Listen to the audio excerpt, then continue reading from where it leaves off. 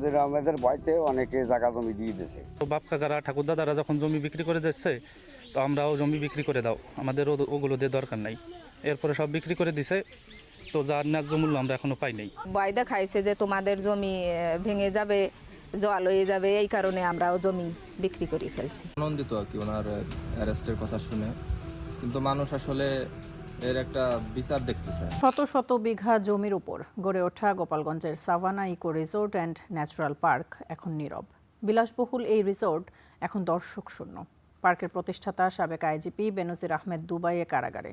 তবে তার লোভের বলি হয়ে জমি হারানো মানুষ এখনও বয়ে বেড়াচ্ছেন সেই ক্ষত। গোপালগঞ্জের বৈরাগী টোল এলাকা, সাবেক আইজিপি বেনজির আহমেদের সেই সাভানা ইকো রিসোর্ট পার্ক প্রায় 620 বিঘারও বেশি জমির উপর নির্মিত। বেনজির আহমেদের ভয়তে অনেকে জায়গা জমি দিয়ে দিয়েছে। এক সাইডে কিনছে, কেনার পরে আমার সাইডে আমার জায়গা সে বেড়া দিয়ে আটকাই দিচ্ছে। মোটামুটি আনন্দিত আর কি ওনার অ্যারেস্টের কথা শুনে, কিন্তু মানুষ আসলে এর একটা বিচার দেখতে চায়।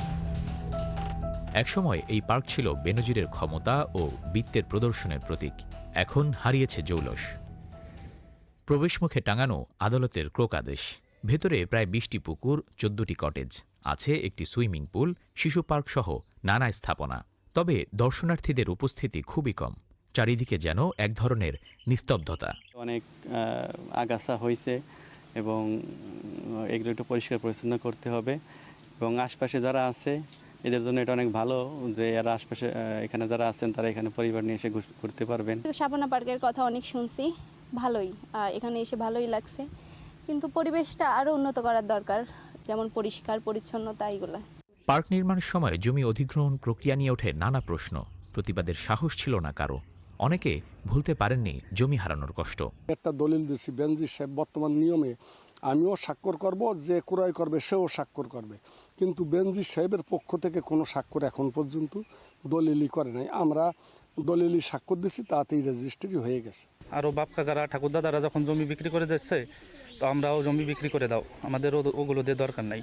এরপরে সব বিক্রি করে দিছে, তো যার ন্যায্য মূল্য আমরা এখনো পাই নাই। বাধ্যতামূলক সবাই যখন বিক্রি করছে, তাহলে আমাদেরও তো যে অনেক বায়দা খাইছে যে তোমাদের জমি ভেঙে যাবে, জল হয়ে যাবে, এই কারণে আমরাও জমি বিক্রি করে ফেলছি।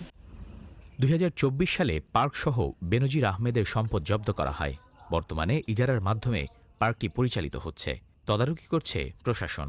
আমাদের পার্কটি বিগত 2025 সালের ফেব্রুয়ারির 1 তারিখে জেলা প্রশাসন, দুদক, মৎস্য অধিদপ্তর এবং কৃষি অধিদপ্তর থেকে রিসিভার বর্গ স্যারদের মাধ্যমে আমরা এই পার্কটি লিজ নিয়েছি। গোপালগঞ্জে অবস্থিত সাভানা ইকো রিসোর্ট ও ন্যাচারাল পার্ক মহামান্য আদালতের নির্দেশনায় একটা পরিচালনা কমিটির মাধ্যমে এটা পরিচালিত হয়।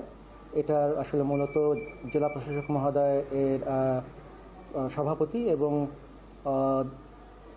উপপরিচালক দুদক এটা মেম্বার সেক্রেটারি হিসেবে কাজ করেন। আর আমরা মহামান্য কোর্টের আদালতের নির্দেশনায় আমরা জেলা মৎস্য অফিসার এবং আমি উপপরিচালক কৃষি সম্প্রসারণ অধিদপ্তর এটি রিসিভার হিসেবে কাজ করি।